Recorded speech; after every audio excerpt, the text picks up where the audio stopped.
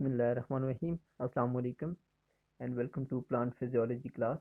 Today the topic that we are going to discuss is about respiration, and we would be discussing about the definition of respiration, what is the importance of energy for all of the living organisms including plants as well as the animals.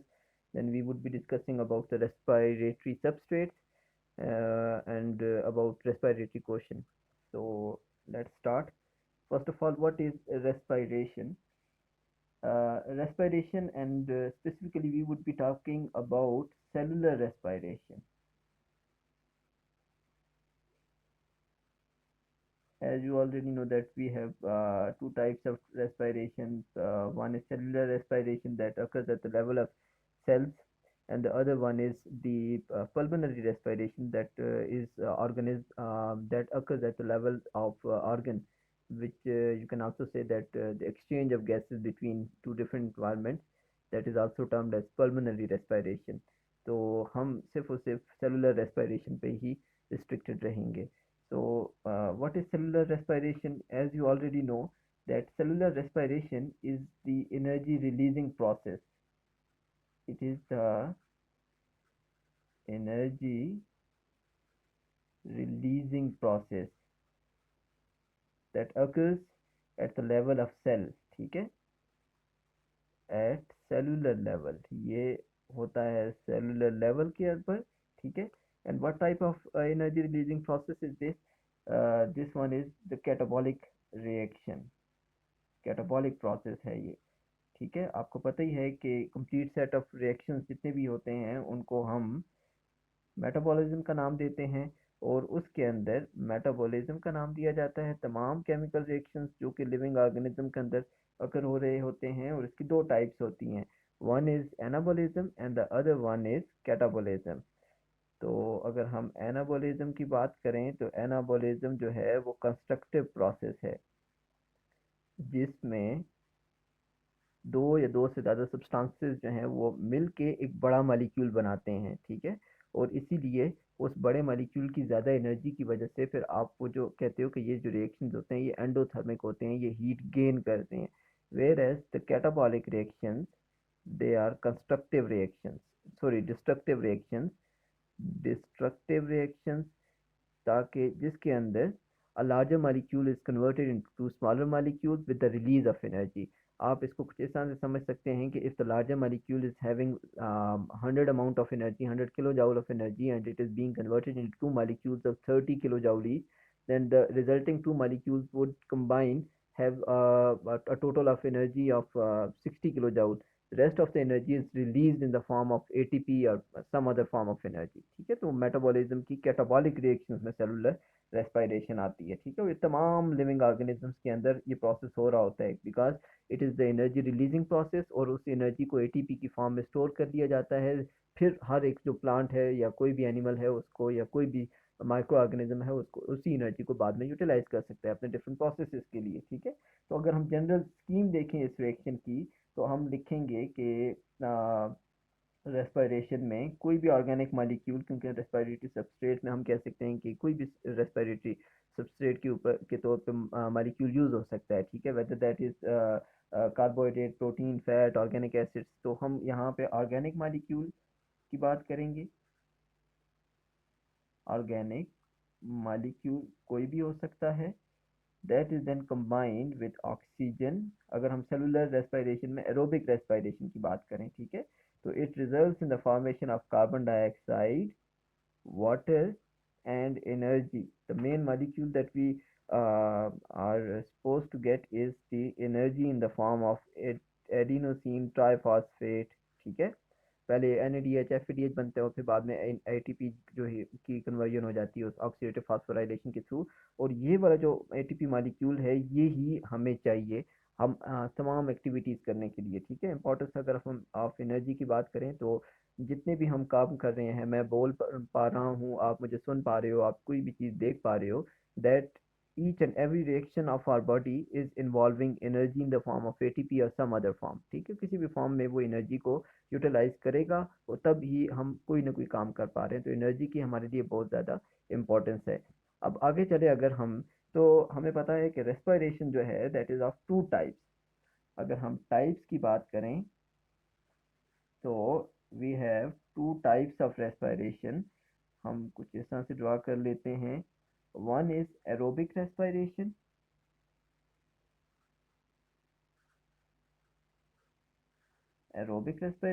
and the other one is termed as anaerobic respiration, और the other name for anaerobic respiration is fermentation, ठीक है, lactic acid और इथेनोलिक fermentation, ठीक है। तो aerobic respiration वो respiration होती है that occurs in the presence of oxygen। ये ऑक्सीजन की प्रेजेंस में होती है, ठीक है। और इसके वही वाले मेन स्टेप्स भी होंगे फिर, जैसा ग्लाइकोलिसिस है, लिंक रिएक्शन या जिसको ऑक्सीडेटिव डीकार्बोक्सिलेशन कहते हैं, फिर क्रेब्स साइकिल या सिट्रिक एसिड साइकिल होता है, और एट द एंड हमारे पास इलेक्ट्रॉन ट्रांसपोर्ट चेन या ऑक्सीडेटिव फॉस्फोराइलेशन, ठीक है। जबकि जो दूसरा anaerobic respiration, it occurs in the absence of oxygen. ये एब्सेंस ऑफ ऑक्सीजन में हो रहा होता है, ठीक है। इसकी दो टाइप, एक होगा लैक्टिक एसिड फर्मेंटेशन जिसमें लैक्टिक एसिड बनता है, और दूसरा होता है इथेनोलिक फर्मेंटेशन जिसमें इथेनॉल की फॉर्मेशन हो रही होती है। Ethanolic fermentation, this one would also be the fermentation process. तो एरोबिक रेस्पिरेशन जो होती है it occurs in the presence of oxygen, और यहाँ पे आप कह सकते हो कि कंप्लीट ऑक्सीडेशन हो रही होती है आपके सबस्ट्रेट की। कंप्लीट ऑक्सीडेशन या कंप्लीट ब्रेकडाउन हो रहा होता है ऑफ सबस्ट्रेट मॉलिक्यूल। जो अगर हम ग्लूकोज की बात करें तो ग्लूकोज, ठीक है, और ये आपको फिर लार्ज अमाउंट ऑफ एनर्जी देता है। कंप्लीट ऑक्सीडेशन के रिजल्ट में लार्ज अमाउंट ऑफ एनर्जी। अब जो अमाउंट ऑफ एनर्जी यहाँ पे वो डिफरेंट जो कैटेगरीज हैं उसमें वेरी करता है। अगर आप एक NADH को 3 ATP के इक्वल लेते हो या 2.5 ATP के इक्वल लेते हो तो दैट वेरीज, ठीक है। 36, 38, 32, 30, ये डिफरेंट ATPs हम कह सकते हैं कि एक ग्लूकोज की कंप्लीट ऑक्सीडेशन से मिलते हैं, ठीक है। तो इसमें क्या हो रहा होता है, इसमें इनकम्प्लीट ऑक्सीडेशन हो रही होती है, इसमें इनकम्प्लीट ऑक्सीडेशन ऑफ सबस्ट्रेट हो रही होती है, ठीक है। और ये हमें लेस अमाउंट ऑफ एनर्जी देता है, round about 2 ATP, less amount of energy ये प्रोसेसेस दे रहे होते हैं, और हम आगे इन डिटेल इसको देखेंगे, ठीक है। इसकी जो स्टेप्स की अगर हम बात करें एरोबिक रेस्पिरेशन के जो डिफरेंट स्टेप्स हैं, तो इसमें हमारे पास सबसे पहले आ जाता है ग्लाइकोलिसिस का स्टेप। फिर उसके बाद हमारे पास नेक्स्ट स्टेप आ जाता है जिसको हम लिंक रिएक्शन का नाम देते हैं, जो ग्लाइकोलिसिस को और आपका जो क्रेब्स साइकिल है इसको लिंक कर रहा होता है। और एट द एंड हमारे पास रिएक्शन होता है जिसको कहा जाता है इलेक्ट्रॉन ट्रांसपोर्ट चेन, ठीक है। और इसमें क्या हो रहा होता है, इसमें पहला स्टेप ग्लाइकोलिसिस वाला जो कि कॉमन है दोनों के लिए, और उसके बाद या तो लैक्टिक एसिड फर्मेंटेशन हो रही होगी या फिर इथेनॉलिक फर्मेंटेशन जिसमें इथेनॉल या फिर दूसरे वाले में लैक्टिक एसिड बन रहा होता है, ठीक है। तो आई होप कि आपको यहाँ तक समझ आ गई होगी कि रेस्पिरेशन क्या है, रेस्पिरेशन के रिजल्ट क्यों ज़रूरी है, उसके रिजल्ट में एनर्जी की क्या इंपॉर्टेंस है, और रेस्पिरेशन की टाइप्स क्या हैं, इसकी हम इन डिटेल आगे स्टडी करेंगे। So let's move on to our next topic, that is respiratory substrate। तो सबसे पहले हम डिफाइन करते हैं कि रेस्पिरेटरी सबस्ट्रेट क्या होता है। Respiratory substrate, as the name is indicating that the respiratory substrates are those organic molecules that can be used for respiration and they yield energy, ठीक है। तो नाम ही हमें बता रहा है कि ये वो ऑर्गेनिक मॉलिक्यूल्स हैं, organic molecules then that can be oxidized in respiration, that can be oxidized in respiration, and the process and the purpose of this oxidation is to yield energy, or ATP, energy in the form of ATP। तो इसको हम कहते हैं respiratory substrate, ठीक है। अब वो different हो सकते हैं। जो मोस्ट कॉमन जो हमारे पास कॉमन सबस्ट्रेट्स हैं उनमें हमारे पास आ जाते हैं डिफरेंट कार्बोहाइड्रेट। कार्बोहाइड्रेट्स में स्टोरेज की फॉर्म्स भी आ सकती हैं जो नॉन स्टोरेज फॉर्म है, जिसमें ग्लूकोज है या डाइसेक्राइड्स वगैरह हैं, और स्टोरेज फॉर्म में स्टार्च हो सकता है, ग्लाइकोजन हो सकता है। ये सारे रेस्पिरेटरी सबस्ट्रेट के तौर पे आ सकते हैं। ठीक है, हम आगे देखते जाएंगे कि वो किस तरह से यूज़ होंगे।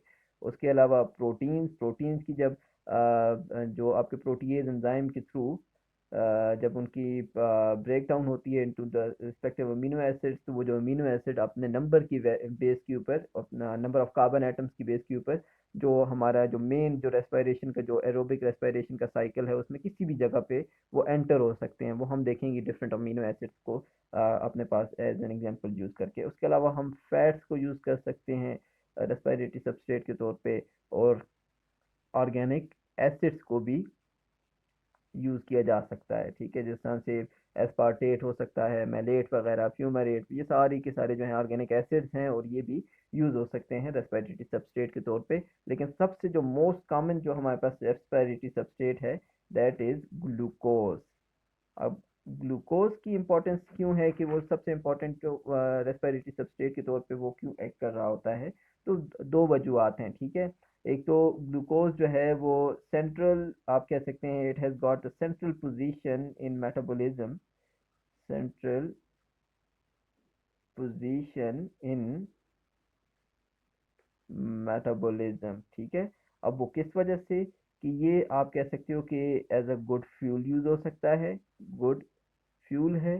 ठीक है, क्योंकि it is a rich source of potential energy, storage की जो फॉर्म है पोटेंशियल एनर्जी की जो है वो एक रिच सोर्स है।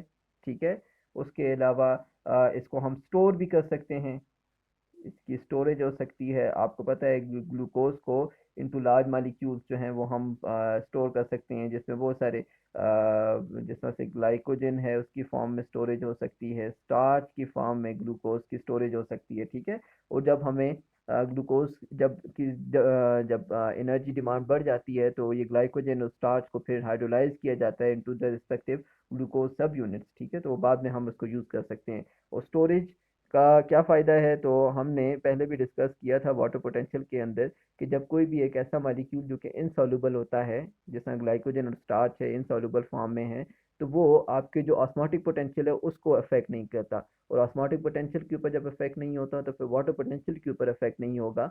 और जब वाटर पोटेंशियल के ऊपर अफेक्ट नहीं होता तो फिर वाटर एंटर नहीं होता सेल के अंदर, और फिर सेल की जो ऑस्मोलैरिटी है वो मेंटेन रहती है। सेल जो है वो उसके अंदर ना लाइसिस हो सकती है, ना ही वो सेल जो है वो ज़्यादा पानी की वजह से बर्स्ट हो सकता है। ठीक है, तो इस वजह से स्टोरेज की रीज़न है। उसके अलावा glucose can be used as a precursor to many of the molecules, precursor for many of the organic molecules, हम कह सकते हैं ऑर्गेनिक मॉलिक्यूल्स।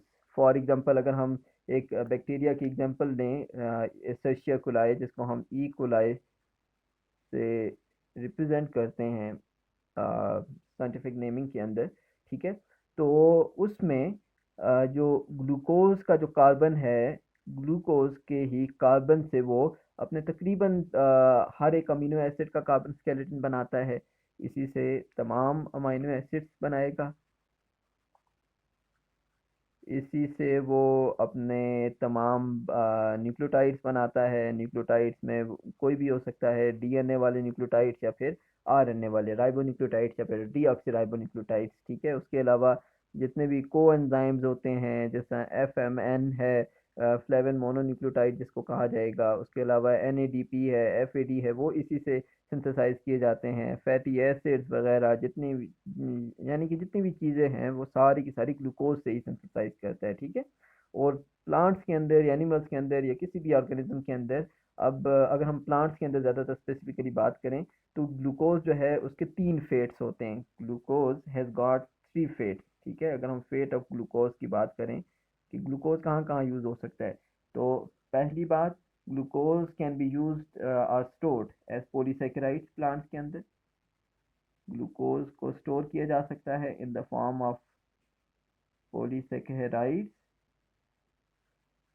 उसके अलावा हम इसी ग्लूकोज को पायरोवेट की फॉर्म में ऑक्सीडाइज कर सकते हैं, और वो पायरोवेट फिर आगे जाके हमें एनर्जी दे सकता है क्रेब्स साइकिल, और आगे इलेक्ट्रॉन ट्रांसपोर्ट चेन के थ्रू वो हमें एनर्जी देता रहेगा कंप्लीट ऑक्सीडेशन के रिजल्ट में।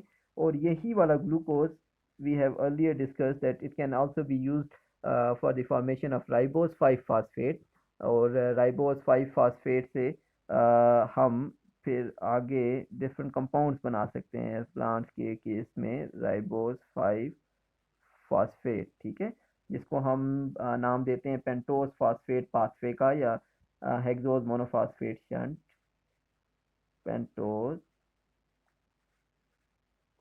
फॉस्फेट पाथवे का नाम दिया जाता है, ठीक है। अब ये जो राइबोज 5 फॉस्फेट है, तो it is the precursor for nucleotides, ठीक है।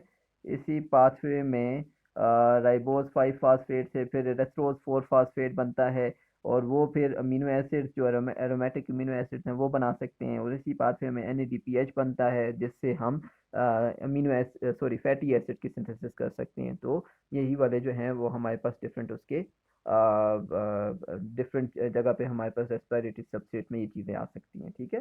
तो अब हम चलते हैं आगे अपने जो कि किस तरह से ये जो रेस्पिरेटरी सबस्ट्रेट्स हैं वो यूटिलाइज हो सकते हैं। तो उसके लिए हम ज़रा पहले जनरल स्कीम ड्रॉ कर लेते हैं अपने जो पूरी के पूरी रेस्पिरेशन की। तो उसमें हम देखते हैं कि प्रोटीन्स कहाँ यूटिलाइज हो सकते हैं, कार्बोहाइड्रेट्स कहाँ यूटिलाइज हो सकते हैं, और फैट्स कहाँ पर यूटिलाइज हो सकते हैं।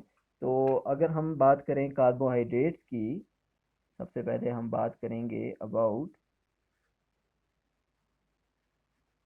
कार्बोहाइड्रेट्स, ठीक है। तो कोई भी कार्बोहाइड्रेट जो है वो हमारे पास, अगर हम कोई भी शुगर ले लें तो वो कन्वर्ट हो सकता है।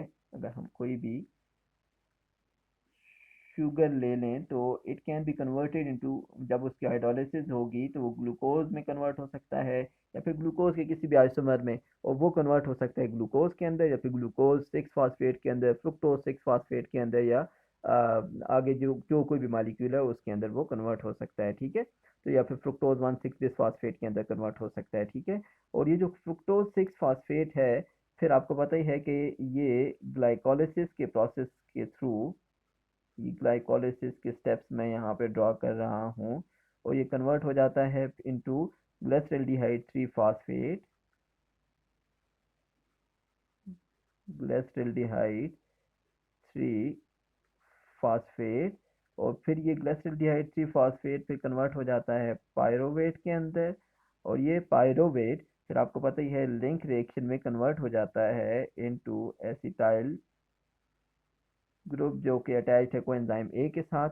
और फिर ये आगे हमारे पास डिफरेंट पाथवेज के थ्रू, जिसको हम एक ही pathway sorry citric acid cycle या फिर क्रेब्स साइकिल जिसका नाम दिया जाता है, क्रेब्स साइकिल में ये फिर आपके पास कंबाइन हो सकता है। फॉर एग्जांपल जब ये ऑक्सैलो एसीटेट के साथ कंबाइन होता है तो सिट्रेट बनाता है, और सिट्रेट से फिर आइसोसिट्रेट बनता है, और उससे फिर अल्फा कीटोग्लूटारेट बनता है, और अल्फा कीटोग्लूटारेट से अल्फा कीटोग्लूटारेट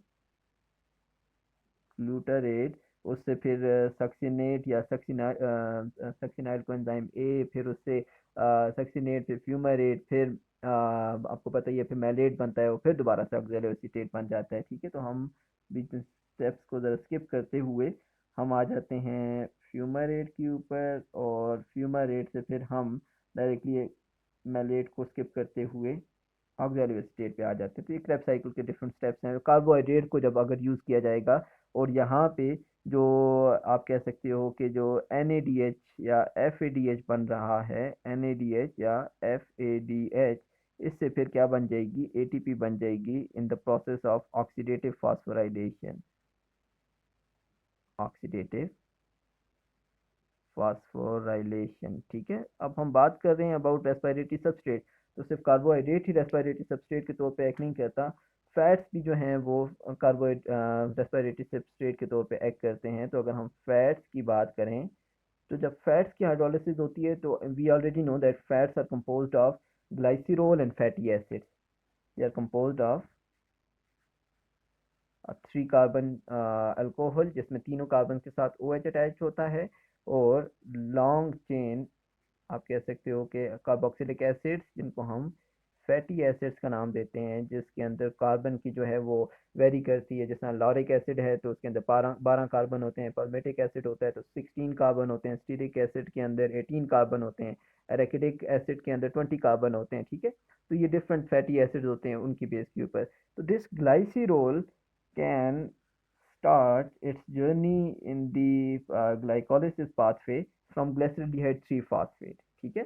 और ये जो फैटी एसिड्स होते हैं, जैसा मैंने आपको बताया कि उनके अंदर लॉन्ग चेन कार्बन होते हैं, तो ये एक प्रोसेस के थ्रू जिसको हम कहते हैं बीटा ऑक्सीडेशन का process, they can be chopped down into 2 carbon molecule. Beta oxidation के प्रोसेस में ये चॉप हो सकते हैं, इनको आप कट कर सकते हो इनटू 2 कार्बन मॉलिक्यूल यानी कि एसिटाइल ग्रुप्स के अंदर, ठीक है। और वो यहाँ से अपनी फिर जर्नी स्टार्ट कर देंगे। अगर फॉर एग्जांपल लॉरिक एसिड है जिसके अंदर 12 कार्बन होते हैं, तो वो कन्वर्ट हो सकता है into 6 molecules of acetyl coenzyme A, acetyl coenzyme A या एसिटाइल, ठीक है। अगर स्टेरिक एसिड है जो जिसके अंदर 18 कार्बन होंगे, स्टेरिक एसिड हैविंग 18 कार्बन, तो वो 9 मॉलिक्यूल्स के अंदर कन्वर्ट हो सकता है एसिटाइल कोएंजाइम ए के अंदर, ठीक है। तो इसी तरह से हम डिफरेंट उनका क्या नाम ले सकते हैं फैट्स के केस में। तो फैट्स ग्लाइसिरोल फैटी एसिड के अंदर दोनों चीज़ें जो हैं वो यहाँ पे रेस्पिरेशन में एनर्जी दे सकती हैं, ठीक है। और अगर हम प्रोटीन्स की बात करें, तो एज यू ऑल नो कि प्रोटीन्स की जब हाइड्रोलिसिस होती है या फिर जब उनकी ब्रेक डाउन होती है तो they form amino acid. They form what? They form amino acids. और ये अमीनो एसिड जो हैं आपको पता है 20 अमीनो एसिड्स होते हैं और सब में कार्बन नंबर वेरी करता है। तो वो कार्बन नंबर की बेस के ऊपर इस पाथवे में से किसी भी जगह पे स्टार्ट कर सकते हैं। फॉर एग्जांपल अगर हम सबसे पहले बात करें ग्लाइसिन और एलानिन जो कि सिंपलेस्ट अमीनो एसिड्स हैं, एलानिन और glycine amino acid, so they can start their journey from pyruvate, they can start their journey from the pyruvate, ठीक है। उसके अलावा अगर हम ल्यूसीन अमीनो एसिड की बात करें और एक और अमीनो एसिड लाइसिन की बात करें, तो this can start it's journey from acetyl coenzyme A, ठीक है। उसके अलावा अगर हम बात करें एक और अमीनो एसिड जिसको हम कहते हैं ग्लूटामेट, तो glutamate can start it's journey from alpha ketoglutarate, वो यहाँ से आगे आएगा, ठीक है। और वो सक्सिनाइल कोएंजाइम ए बनाएगा और फिर उसके बाद सक्सिनेट फ्यूमरेट वगैरह बनते जाएंगे, ठीक है। तो इस तरह से ये प्रोसेस आगे कंटिन्यू होता जाएगा और क्रेब साइकिल चलता रहेगा, ठीक है। उसके अलावा अगर हम बात करें फिनाइल एलानीन की, एक और अमीनो एसिड फिनाइल एलानीन, तो phenyl alanine can start its journey in the respiration from fumarate, whereas aspartate can start its journey from oxaloacetate. तो इस तरह से डिफरेंट जो आपके पास सबस्ट्रेट हैं they can be used for respiration. तो I hope कि ये बात आपको समझ आ गई होगी। So let's move on to our next topic that is respiratory question, कि रेस्पिरेटरी क्वेश्चन क्या होता है और डिफरेंट रेस्पिरेटरी जो सबस्ट्रेट हैं उनका रेस्पिरेटरी क्वेश्चन क्या होगा। तो हमारा टॉपिक है रेस्पिरेटरी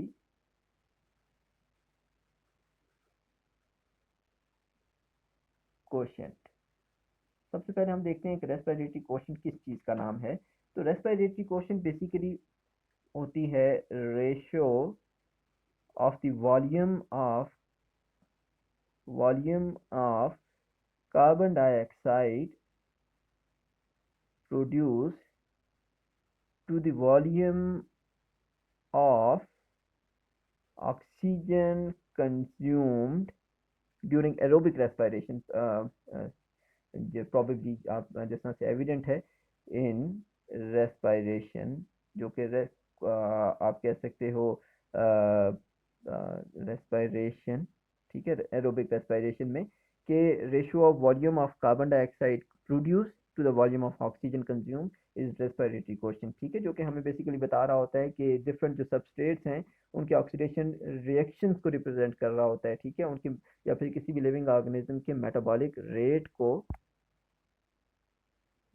जी, रेस्पिरेटरी क्वेश्चन के बारे में हम डिस्कस कर रहे थे कि it is the ratio of volume of carbon dioxide produce to the volume of oxygen consumed in respiration, ठीक है, और R Q volume of carbon dioxide produce to volume of oxygen consume, ठीक है। तो मेटाबॉलिक रेट किसी भी living organism का बताता है। फॉर एग्जांपल अगर हम ग्लूकोज को as a respiratory substrate use कर रहे हैं तो उसका फार्मूला क्या होता है, C6H12O6 plus 6 oxygen are consumed and 6 carbon dioxide are produced with 6 water molecules and ATP or energy is produced। तो इसका रेस्पिरेटरी क्वोशंट होगा 6 of carbon dioxide to 6 oxygen, तो हमारे पास रेस्पिरेटरी क्वोशंट होता है 1 ग्लूकोज का। अगर हम फैट्स की बात करें तो respiratory quotient of fat varies, ठीक है, क्योंकि हमने बात की कि फैट के अंदर जो कार्बन का स्केलेटन है वो डिफरेंट होता है। तो अगर हम एक एग्जांपल लें पाल्मिटेट या पाल्मिटिक एसिड की, कि उसकी हम ऑक्सीडेशन कर रहे हैं, तो हमने डिस्कस किया कि पाल्मिटिक एसिड जो होता है वो 16 कार्बन वाला होता है, ठीक है। तो पाल्मिटिक एसिड जो है वो 16 कार्बन वाला आपके पास एक फैट है, तो कार्बन 16, हाइड्रोजन इसमें हो जाएंगे 32, ऑक्सीजन हो जाएंगे 2, तो इसमें 23 ऑक्सीजन कंज्यूम होते हैं और उसके रिजल्ट में 16 कार्बन डाइऑक्साइड प्रोड्यूस होते हैं और 16 ही वाटर मॉलिक्यूल प्रोड्यूस होते हैं। तो इसका जो रेस्पिरेटरी क्वोशंट होगा that would be equal to 16 divided by 23 oxygen, क्योंकि कंज्यूम हो रहे हैं, तो this would be somewhat equal to 0.969 या फिर 0.7, ठीक है। और फिर होगा अगर हम प्रोटीन्स की बात करें तो उसमें हम एक एग्जांपल ले लेते हैं, प्रोटीन भी वेरी करता है, तो हम बात कर रहे हैं एल्बुमिन प्रोटीन की, जिसमें एग एल्बुमिन होता है। तो इसमें हम कहते हैं जी albumin is C72, hydrogen 112, nitrogen इसमें 18 होते हैं, ऑक्सीजन 22, सल्फर, तो ये कंबाइन करता है 77 ऑक्सीजन मालिक्यूल्स के साथ, और उसके रिजल्ट में हमारे पास 63 कार्बन डाइऑक्साइड के मालिक्यूल्स बनते हैं, और साथ में 38 वाटर मालिक्यूल्स बनेंगे, साथ ही में सल्फर ट्राइऑक्साइड बनेगी, और साथ ही में 9 molecules of urea CONH2 whole twice, ठीक है। तो इसका जो आर क्यू होगा वो हमारे पास होगा 63 डिवाइडेड बाय 77, तो this has got a value somewhat 0.8। तो ये हमें बता रहा है कि volume of carbon dioxide produce to the volume of oxygen consume respiratory question. तो आई होप कि ये बातें आपको समझ आ गई होंगी। हमने डिस्कस किया अबाउट रेस्पिरेशन, सेलुलर रेस्पिरेशन की डेफिनेशन डिस्कस की, उसके अलावा हमने एनर्जी की इंपॉर्टेंस की बात की, फिर रेस्पिरेटरी सबस्ट्रेट जो डिफरेंट यूज़ होते हैं, और रेस्पिरेटरी क्वेश्चन उन्हीं सबस्ट्रेट का। तो थैंक यू वेरी मच, अल्लाह हाफिज़।